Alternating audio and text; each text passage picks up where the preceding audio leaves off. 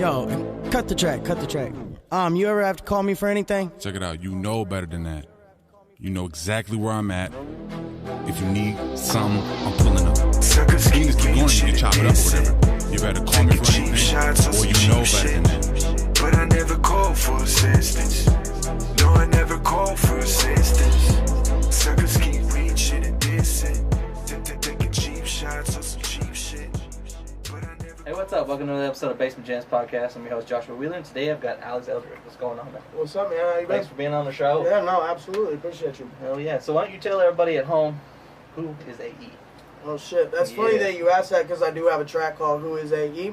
Go ahead, hit YouTube, type that in, Who is AE. It'll be the first video. That'll kind of explain everything in a little bit more in-depth than I can right now.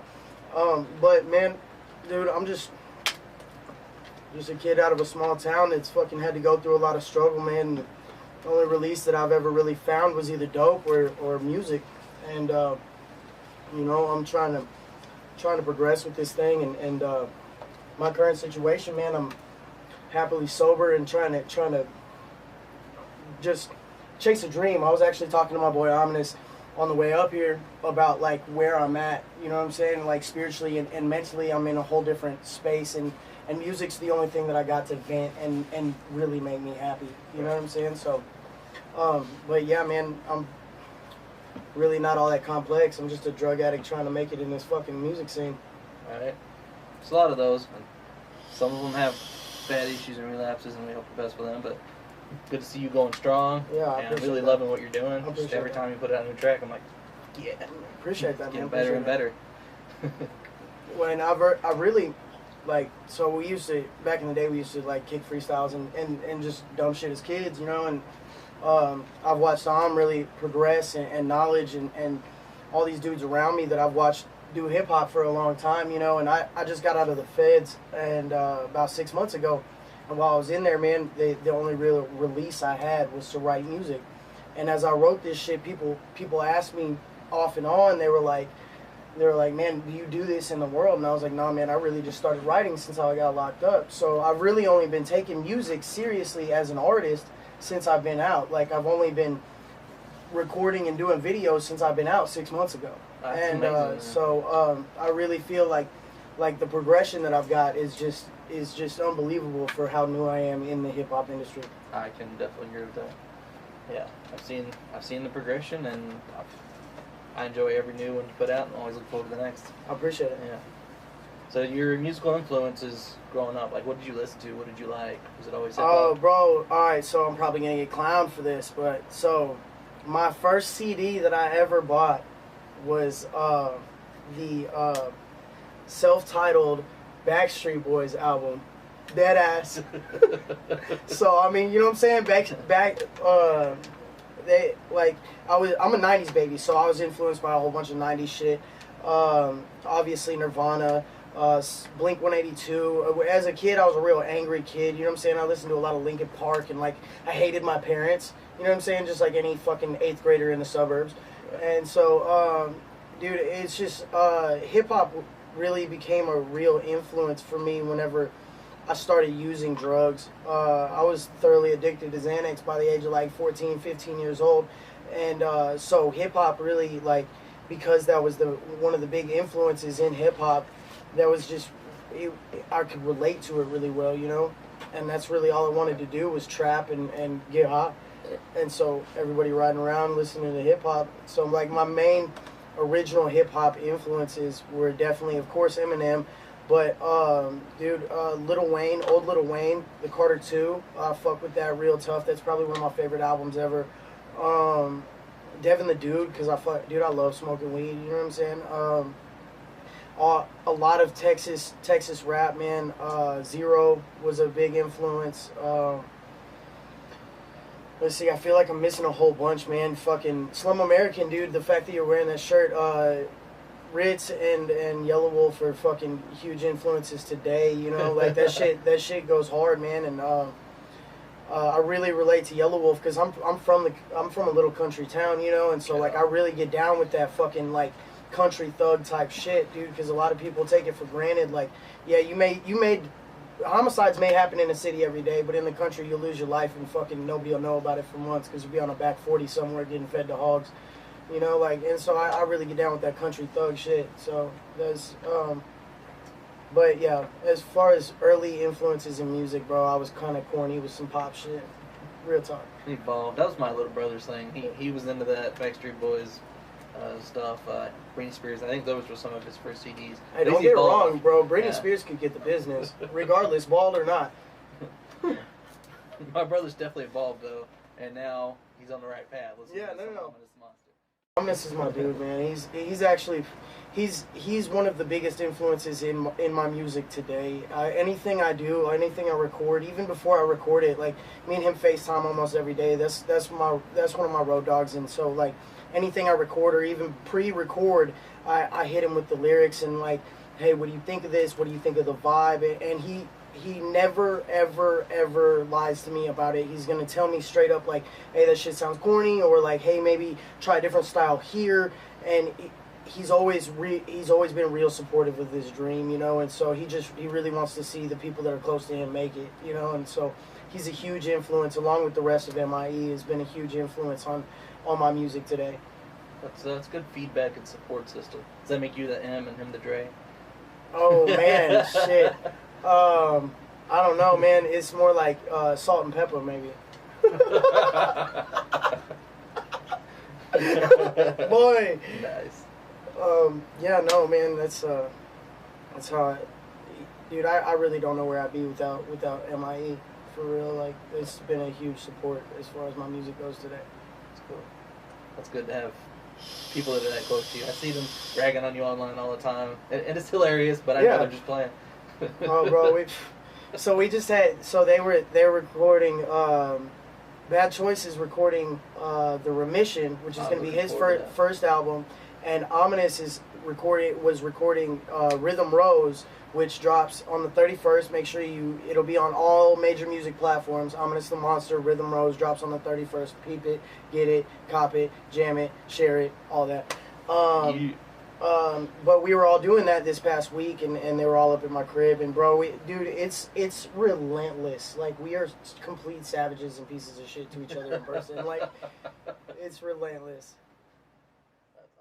You just moved to a whole new town. That's got to be a weird experience. I've always lived kind of in this area. I've moved away and come back a few times, but it's always been like two family. Yeah. Did you just go to like a completely support-free environment, or? I moved from, whenever I got locked up, it was in my hometown, Kerrville, Texas. Shout out 3830 till I go.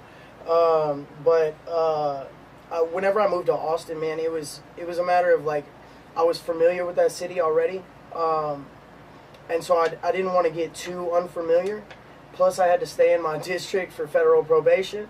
So Austin was the next best thing, man. I love that city, and it was a matter, for me this time around, dude, is because I've tried to get sober several times, you know, and so for me it was really a matter of like sink or swim. Like I had to put myself in a position that it was either succeed or fail, and trying to go back home would have been nothing but failure. There's no option for me back in Kerrville. My family's there, and I like to go back and visit, but I'll stay for like 2 or 3 days. But dude, over there I'm a big fish in a small pond, and I can't stay out of trouble over there.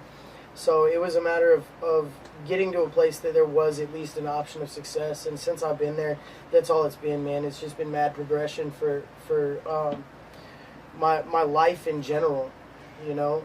And I don't think that it was really that deep of a decision when it comes to like where I'm gonna go.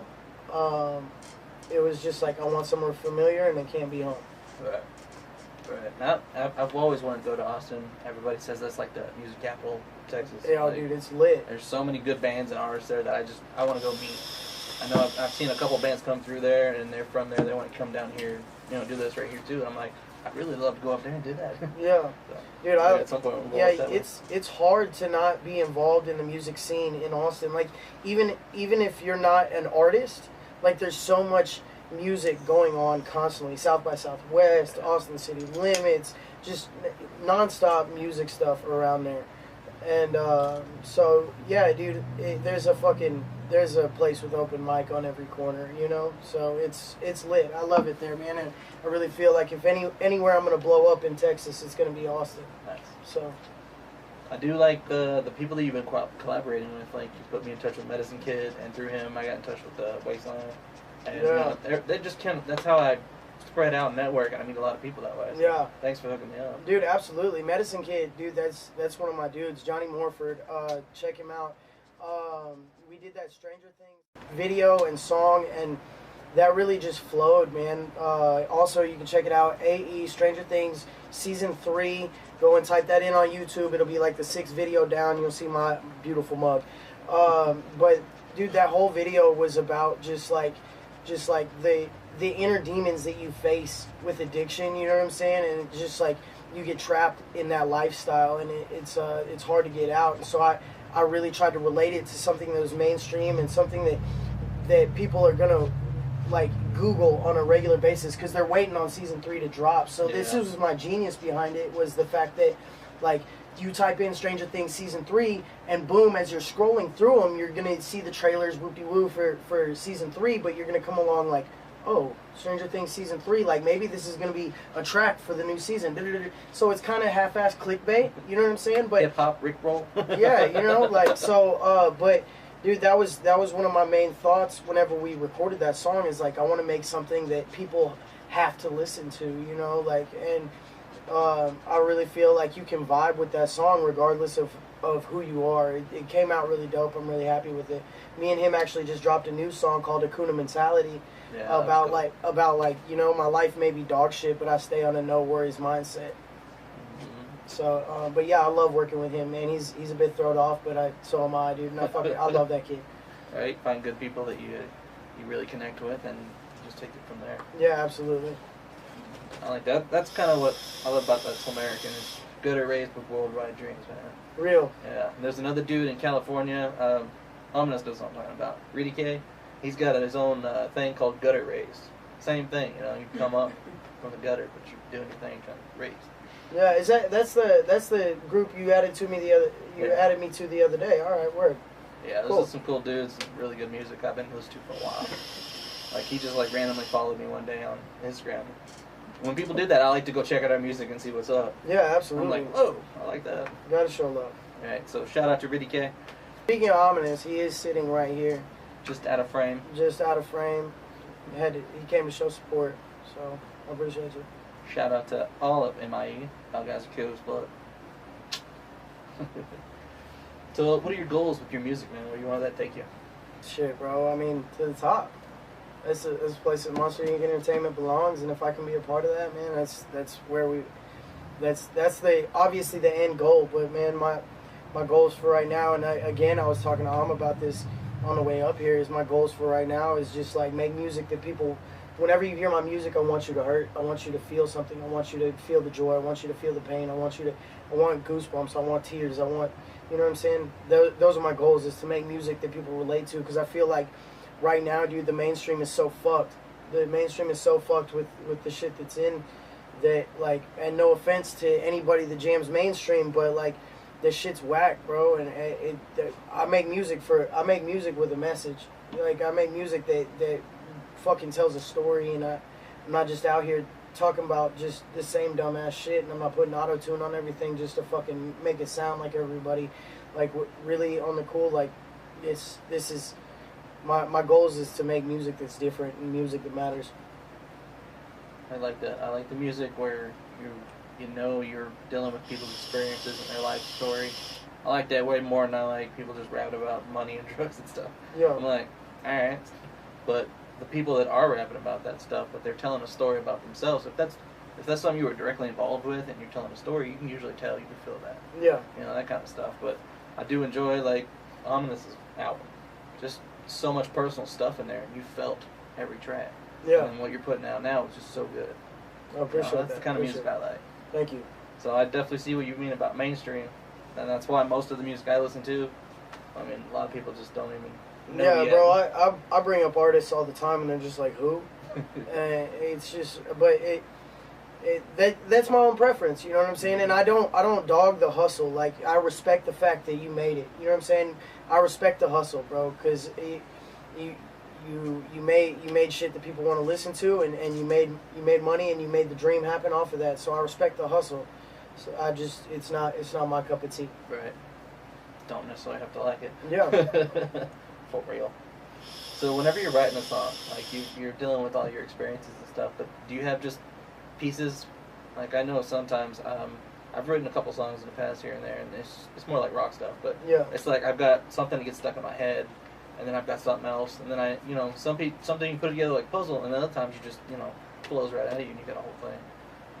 What's your usual take from that?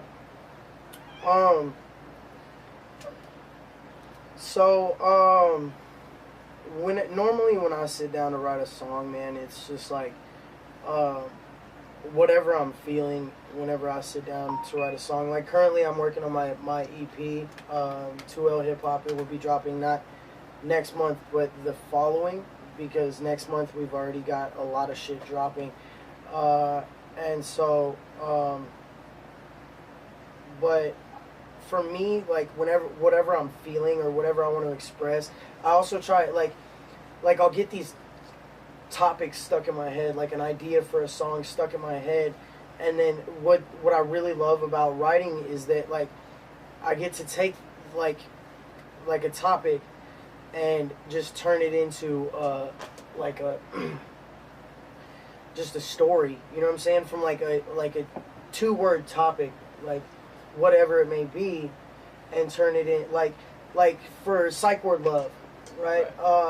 Like, the topic there was toxic relationships, but I was able to tell a whole story about me and my baby mama, and like the experience that we've had, and the fact that, like, I couldn't show up as a father, and I couldn't get off the dope, and, like, no matter how much I love somebody, it wasn't gonna work, and it came out like that, man. And it was just, that's more often than not, whenever I sit down to write a song, I don't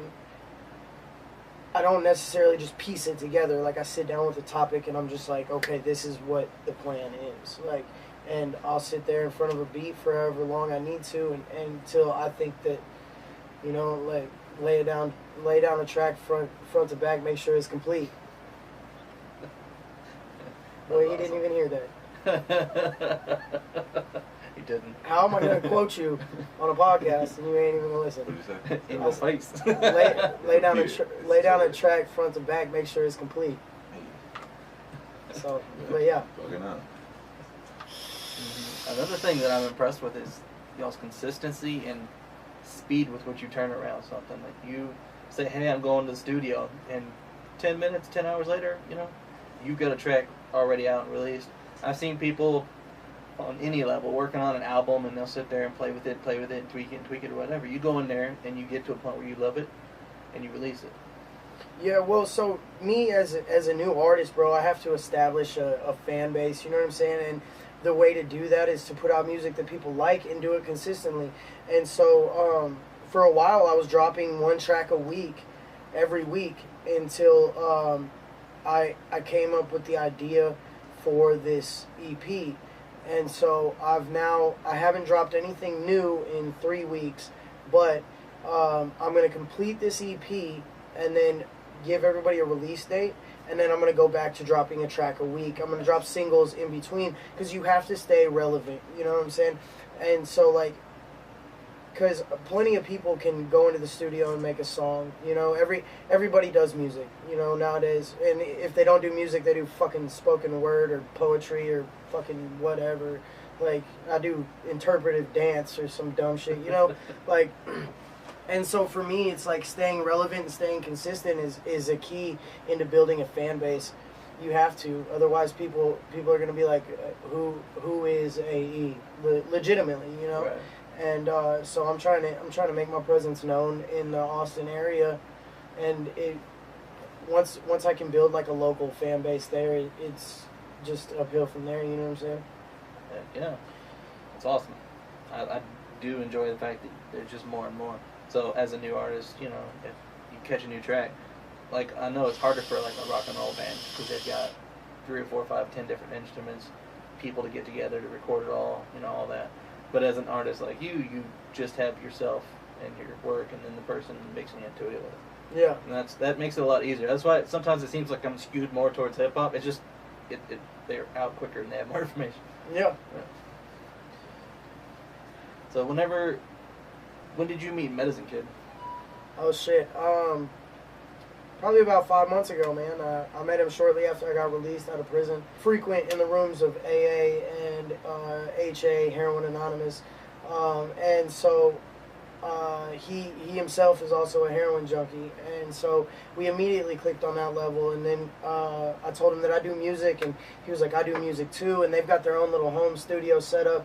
He also produces beats, and so we met, man, and it was just a matter of like, we went in, we did a track together, we liked it, and dude, after that, it was just on, bro. And like, we joke around all the time, man, but that's my best friend I got in Austin by far. Like, he's got my back through anything, and we've really already had to experience a lot of bullshit together. And so yeah, man, he's for the amount of time that I've known him, we already know each other's whole life story, and we've been able to create a bond that only an artist would understand, because until you actually sit down and you relate with somebody and make a song about some pain that you've both gone through, that's a bonding experience like no other. You know what I'm saying? So, dude, yeah, for 5 months of knowing each other, that's one of my best friends. Real cool. What about you and the MIE crew? Oh, How far back does that go? Shit. Alright, so I've known Bad Choice since we were 17, and we actually met each other in Kerr County Jail, and he was in a whole nother tank. Hey, weren't we talking about this weekend? And so he was in a whole nother tank, but you could see each other, right? Like, it was like a fishbowl type thing. Right. And so my homeboy was in his tank, and so me and my homeboy would always be signing back and forth, whoop-de-whoop. Then I was standing up at the window one day, and he was standing there too, and so we started signing, talking about like who we knew, whatever, because it's a small town, we all know each other. Right. And then we ended up getting out, and we never linked up after that time, but then we ran into each other again back in county, and so we made sure we got each other's info after that, and man, it's just been on ever since. Me and that fool, shit, dude, that's my right hand, dead ass. Bad Choice is my right hand, and I that man could throw a pistol in my lap and tell me we're going to shoot up the White House, and I'm not even going to ask questions. Like, he's my best friend, you know, and that's, I would die for that man, dead ass. And then, let's see, the rest of the crew, let's see, how long we known each other? Since I was 18, right around there. Back in the Gap, dude. I mean, we were just all on some Junkie days. Yeah, we were all on some trap shit, and me and used to just fucking sit around and eat Xanax bars together and fucking get stupid, man. Actually saved my life one night, dude. I was all super barred out and trying to drive and like running into shit, and that boy, he pulled the car over from the passenger seat, and hopped in and took me over to the plug's house, and got me a little bowl of meth and a cup of milk. Got my ass going again. You know what I'm saying? And but yeah, dude, I was about to fall out on some Xans and wreck a car. And but yeah, no, me and him been trapping together and just chilling for a long time. And that song Squad that we did together, every word in that was true, man. The intro is like, yo, you ever had to call me for anything? He was like, man, if you ever need anything, I'm pulling up. Just make a call or whatever, something like that. And then that's fact, man. This week, he called me and he was like, hey, bro, you want to come get me a day early? And it was like, say less, bro. I'm in the car already. I'm on my way. And it's a 4-hour drive from Austin to here, you know, and right. There's no questions asked, bro. It's like, if you need something, I got you. And that goes for any MIE. Now, Knowledge and Tony, I only really met them in person recently, about 5 months ago. me and Knowledge have seen each other in County a couple times. And then Tony Dent, whenever I first heard, what was it, Liquor, Sex, Drugs, Tattoos? Whenever I first heard that song, right, I've been down with MI. I was the first person to get MIE tatted on me out of anybody on this planet. I was the first person to put MIE on my body.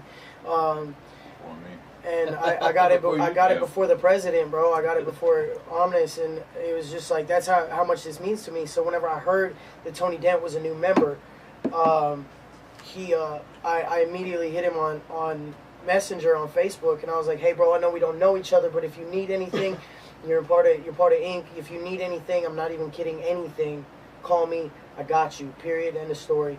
And dude, I love them guys. They were all at my house for the whole week, all crashed out and chilling, and while we were doing this EP and stuff, and there's family. Period. End of story, bro. It's on my body. It's family. It's a lifetime thing.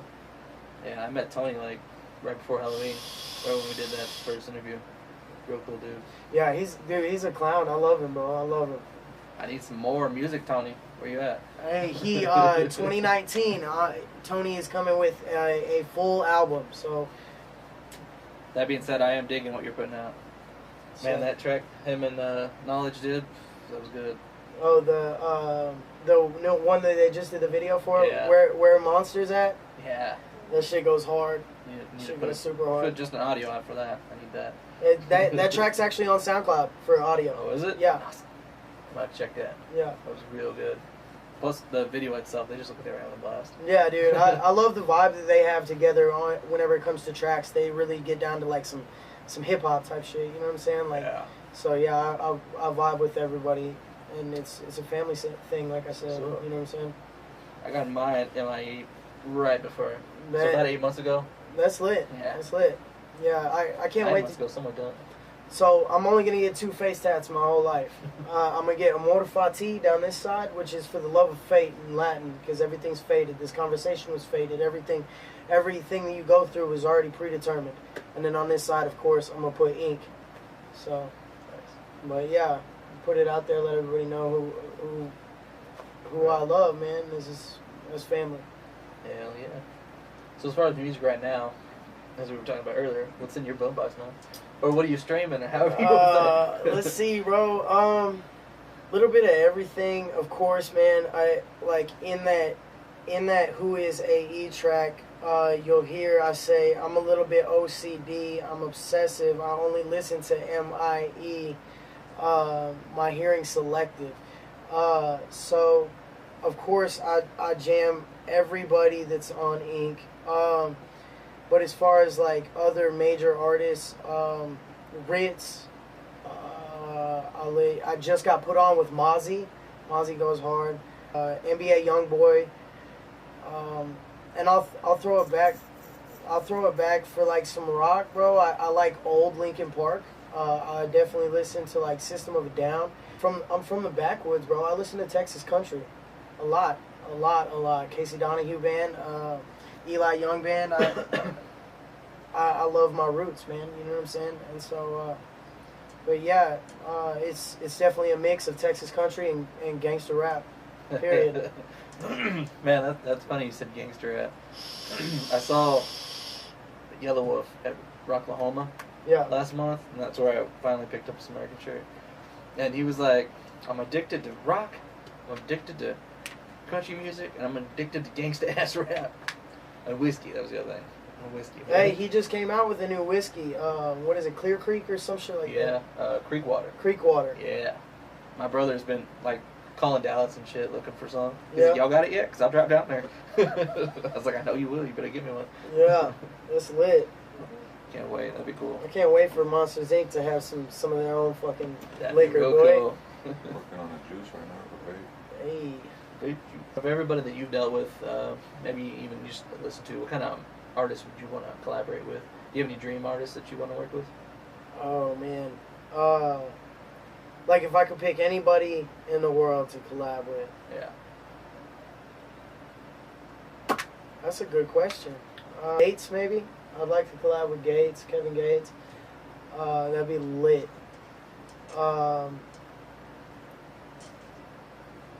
I also think it'd be fucking just it'd be stupid dumb to collab with Lil Wayne. I'm not a big fan of his latest shit, but I do love the metaphors and just his swagger. You know what I'm saying? I was, whenever you originally asked the question, Eminem popped into my head, and then I thought about it, and I was like, how am I going to collab with somebody that's just going to destroy my whole fucking, my whole verse? He destroyed you when he woke up for breakfast this Yeah, morning. dude, he lit, dude. But, I mean, that would be cool as fuck, too, obviously, to be able to collab with any of the greats, bro. Fucking Jay-Z, M. So, yeah, but, like, the first one that comes to mind is Kevin Gates, you know, because a lot of my music, I'm talking about the struggle that I've had to go through with having to trap and sell drugs, and now we came from two different scenes, but I'm thoroughly experienced with this fucking lifestyle, you know, and I really feel like we can make something that was just fucking out of control, stupid. So That's awesome.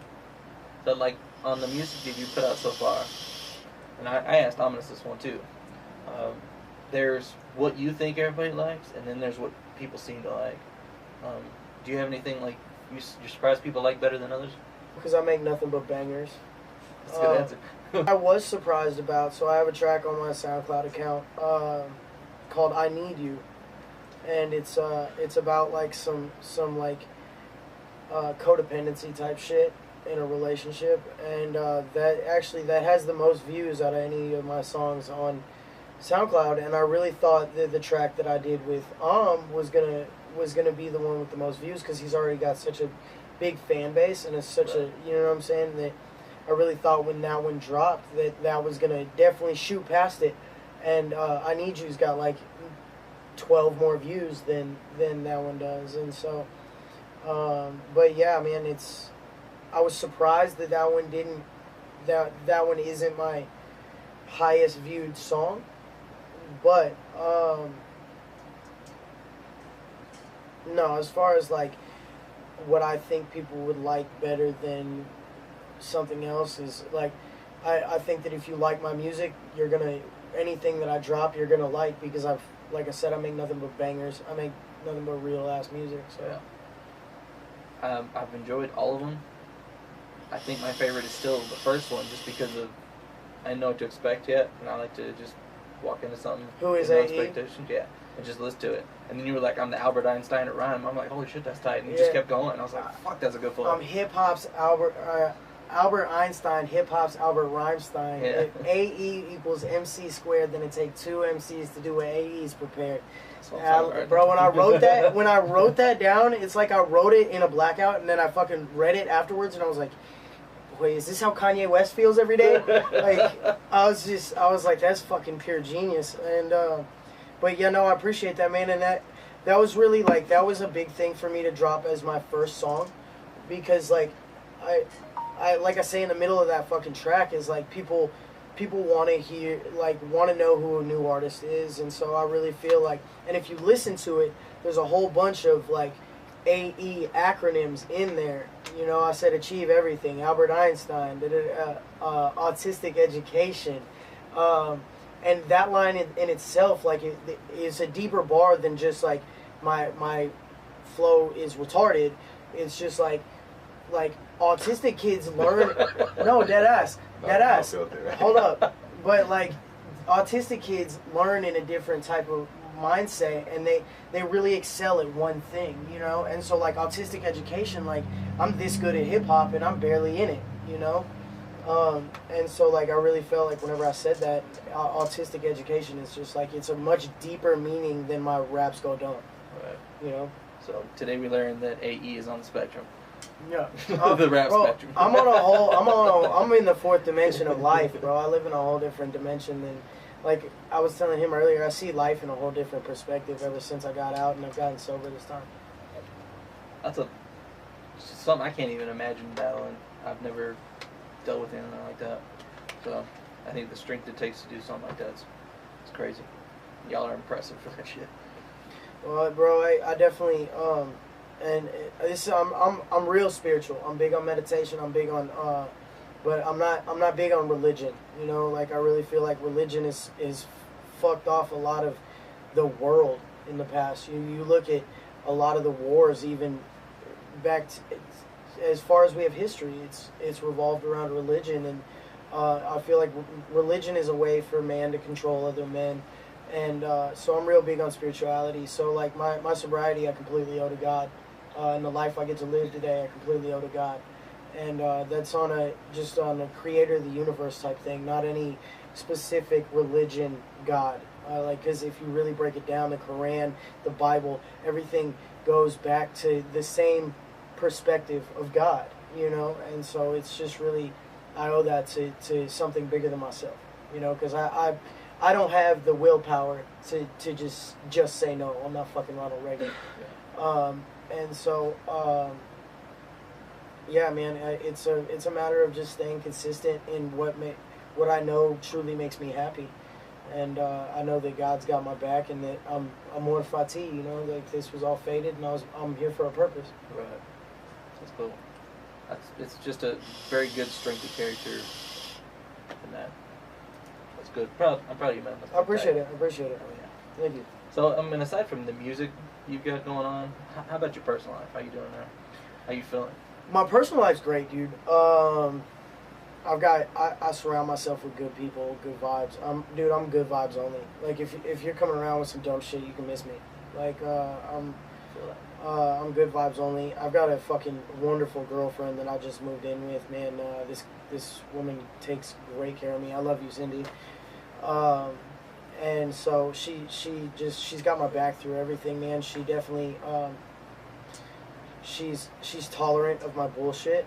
Cause like, regardless of how cool I look on camera, like I'm a fucking piece of work, bro, and I'm hard to deal with, like, and so, dude, my personal life's great, dude. I make good money. I actually just had an interview at a vape shop, so it's something that I love to do, you know, and I'll be able to just get paid and chill, and make music, and I regularly attend meetings, solid with the people that mean something to me. Me and Am were talking about this the other day. Like, if you look at your call log, right? You look at just look at your past 2 days of call log. Like, those are the people that genuinely you should be concerned about. Cause like I've had so many people like talk about like, oh, I got your back and yada da da da. But when some real shit happens, like I haven't talked to you in fucking months. What are you talking about? You got my back, you know. And so my personal life is good because I surround myself with people that genuinely give a fuck. So it's good. It's a good motto. It's good. Weed out the negativity. Yeah. Sometimes you have a problem letting go of the negative people because I mean you got a soft spot for them. I've got a few in my life, but you know you should do it, but you don't. Yeah, well, dude, and see, like I said earlier, I'm on a whole different tip, a whole different mindset. Like, no more soft spots, man. I keep a small circle, and if you're bad for my life and you're bad for my well-being, you can miss me. Period. End of story. And really, on the cool, if my team says fuck you, it's fuck you for life. Period. End of story. If anyone on my team, I don't give a fuck if we've been friends or not. If anyone on my team says fuck you, it's fuck you for life. Who says fuck you the most? Who says fuck you the most? On your team, who says fuck you the most? Oh man, Ominous is really quick to cut people out. Period. Like right now, he's doing it. Yeah, no. Om doesn't put up. Om doesn't put up with shit, bro. Like, you mind if I put a little bit of your business out here? So, man, this man has cut off childhood friends and family members just for the simple fact that they're not good for his life. And I really, without riding his dick too much, like I really idolize that. Like the fact that you can cut off people that aren't good for your life. It's like I said, no more soft spots. Bro, that's going on the EP. That's a track right there. No more soft spots. That's catchy. No more you soft heard spots. it first. Hey, real talk. No more soft spots. It's coming. Don't you worry. Speaking of Reds, I had him do an opening for me for my old podcast one time.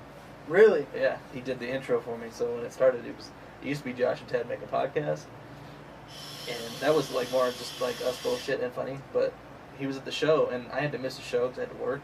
So I had like meet and greet. So I gave it to my cousin. So they went up there and got him recorded, and he said, "Yeah, you listen to Basement Jams podcast with Ritz." Yeah, yeah. I was like, "That's Oh cool." man, that's lit. He That had is to do super it lit. twice. First time he fucked it up. That's lit. That's, So I got both versions of that. That's cool. That's super dope. Yeah, Ritz is, bro. I remember when the first time I heard the Life and Times of Johnny Valiant. Fuck yeah, that's awesome. Choice jumped in my backseat and he said, "Boy, you have to listen to this shit." And we listened to my interview. Good decision. And dude, ever since then I've been hooked. You know, I fuck with his music tough, bro. It's because he's had to go through the same like addiction struggles, you know, and so I fuck with that shit tough. And so It's one of those artists that I really vibe with just because of the fact that everything he's talking about, his life experiences. I mean, when he's going off about his girlfriend and her throwing all this shit outside. And then don't fighting you on the phone. ever touch my clothes. This shit Dead was ass. crazy. I'm the same I was way. just like, God damn, he ain't holding back on that. Yeah. Yelling, life's good. I'm glad Yeah, that's good dude. for you, man. Super Stay good. strong. Super good. Proud of that, man. The music you're putting out, I'm proud of that shit too. I appreciate it. And keep putting us on to new people. If you've got anybody want to do podcasts or interviews or you think we would like to check out, send them my way. Absolutely. I'm all about it. Absolutely. Bad choice. Oh yeah. Definitely want to get on with some Bad Choice. I haven't met him and I haven't met Knowledge yet, but I know Knowledge already wants to come do Hey, this. that Bad Choice interview would just be like, just So much shit. so thug. So much shit. Like, Yeah. Where to start with? Yeah, bro. Bad Choice. We were talking about this the Come other with it, day. Mike. Bad Choice, bro. He literally came straight from the bottom, bro. He's had to deal with so much bullshit in his life. Came straight from the bottom, and you can feel it in his music. It's lit. Yeah, that was the only person that I heard the first time I wasn't familiar with. I was like, I like this. Kind of didn't flow right there, but I fucking liked what he did.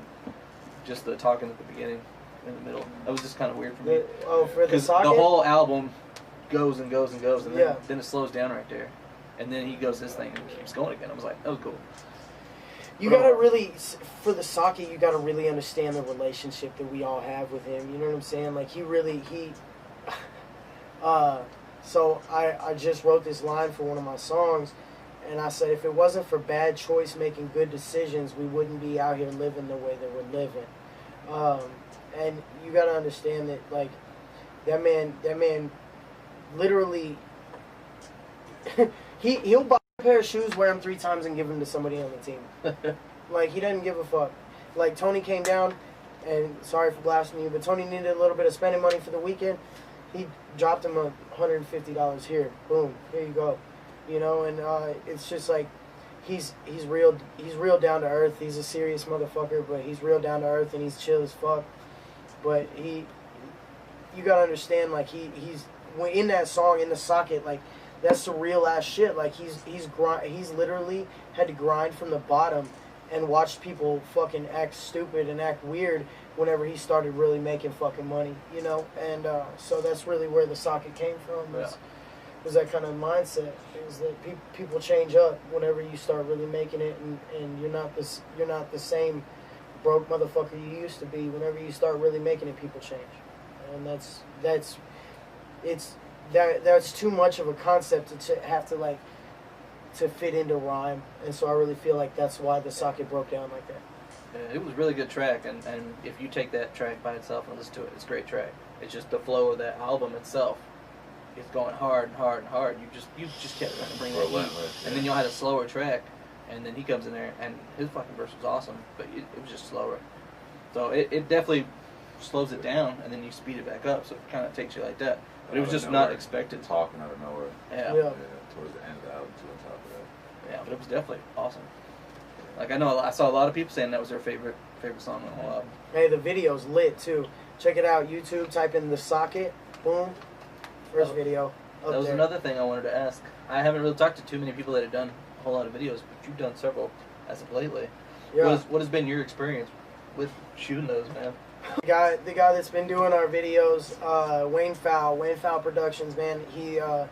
He did Set on Fire. He's done Stole My Light. He did Thief. He did Lately by Tony Dent. He did Who Is AE. He did Stranger Things season 3. Man, he's a great dude, man. And he whenever he gets to work, bro, shit comes out fucking lit. I absolutely love the process of shooting videos, except for, and I'm not gonna lie to you, I fucking hated the process of shooting Stranger Things season 3. I fucking hated it. So we went down to San Antonio, and Wayne had to work that night, so he didn't get off work till like 2 a.m. So me and Meds both pounded a whole red line. So I don't know if you've ever done that, No. but it's terrible, terrible, terrible decision. And so we both drank a whole red line, bro, and I was fucking out of my mind, which was a really convenient thing for the video. The red line? It's like so have you ever seen taking them? like 2 doses? Yeah, right? on the bottle. It has a warning label that says about the caffeine. And what did you read earlier? It said, "Do not consume if you're contemplating being pregnant." Like, you're not even supposed to drink the shit if you're thinking about getting pregnant. You know what I'm saying? Like, the shit's, you don't know me. yeah, shit's weird, bro. And so like it legitimately hit me like a drug, dude. And we shot that video from 3 a.m. to like 10 a.m., 11 a.m. And dude, I was fucking miserable by the time we got done. I was just over it. My head hurt. I was fucking all gacked out on caffeine, which was a weird feeling because I've been sober now since I got out, so a little over 6 months. And so I was all fucking retarded on caffeine and grinding my teeth, and I was like, God damn, this is terrible. But like I genuinely, the whole process in general, I love shooting a video because I finally get to like, whenever you hear the music, like you get to like hear the vibe, you know what I'm saying? But whenever you get to see a video, it's like, I'm here, I'm in your face, you get to fucking experience what I feel, what I want you to hear, you know what I'm saying? And it's like I get, like, the best way I can explain it is like, I don't know if you've seen the Set on Fire video, like you 12 times. Yeah, you legitimately, like, I'm gonna set this bitch on fire. Like, you get to actually see the hype behind it, you know? And that's what I love about shooting videos, is you actually get to see my emotion. That's awesome. I want to be on the other side making the videos. That's something I want to get into at some point. Bro, whenever you're ready to do some videography, let me know. Let me know. I definitely will. You got anything else y'all want to talk about? Promote yourself real quick. You want to come let anybody know anything? Have a seat. What's up? It's your boy. I'm Ominous the Monster. Today on Basement Jams Podcast. Yeah. Just kidding. What's good? It's your boy Ominous the Monster. I got Rhythm Rose EP dropping on the 31st. Knowledge Wise has Getting Grown dropping like a day or two before or after. Bad Choice next month has the Remission EP dropping. And we got lots of videos, shirts, booty shorts.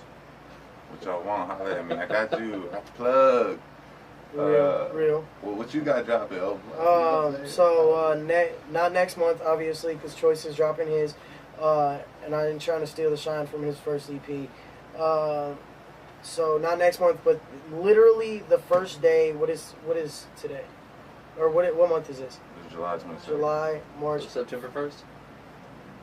That'd be September 1st. Yeah, September 1st. I'm gonna drop 2L Hip Hop, which is gonna be my EP. It's gonna be 6 tracks, and no soft spots will be on there. No soft spots. No So soft. lit. Yeah. You know, our I'm a birthday team, is like a week and a half apart from each other. Really? That's awesome. Yeah. It's pretty dope. Just random fun fact. Yeah. Oh, double So, party. Yeah. Well, we are. Smash cakes in each other's faces. That kind of stuff. Your birthday is when? When's your birthday? Who is it? Your birthday. Oh, September 24th. Who's that? September 24th, baby. Libra Gang or Die, LGOD. No, fuck all that. September 10th, Virgo Gang or Die. Hey, Well, Days apart. we got Gem Gang over here. What's your birthday? Scorpio, man. Scorpio, Scorpio. okay. Alright. We're all in the fucking stars yeah, right now. my daughter's a Scorpio. She's November 5th. Hell yeah. We're looking forward to Cool. all that Anyways, music. it was dope sitting in, watching you guys. I appreciate you. Sure, man. Yeah. Everybody know, Being bro. on the show again. For sure, We'll man. bring it back for part 2.5. No, part I 2, guess. I'm gonna come with that fire. I've been telling heard it baby here. mom, I'm like, I gotta make sure I come correct next time. So Yeah. Next time we do it, fucking up a little bit. we're doing it now on Thursdays. I do them every Thursday up at the Homers Okay. on stage. So if you want to come up there, you can do it on stage. You can probably drop a couple freestyles or do a couple tracks live, That's fine. and then go on the podcast or vice versa. Yeah, It'd be cool. So right on. We should do that. yeah, look out for that. We're gonna make it happen. I'm trying to get a damn Word. show. Come down there and do the same thing. So Bro, I'm down. I'm Yeah. down. Yeah, let's do that. We Yeah. can make it an MME thing. Yeah. that would be cool as You hell. can swing a bad choice. Hell yeah. We definitely got Knowledge, to get some yeah. knowledge. So we're looking forward to all of this. This is all good stuff. Thank you for coming down here and being Yeah, with no, us, dude, man. I appreciate you. Awesome I meeting appreciate you Thank having y'all me. for being here. Thank you. Basement Jazz Podcast. We're going to Basement continue to Jazz. support What? them. We're going to see everything they put out. We're going to let you know about it. We're going to listen to it, review it, post it up there. See y'all later. This fucking chair. I got 2 of those.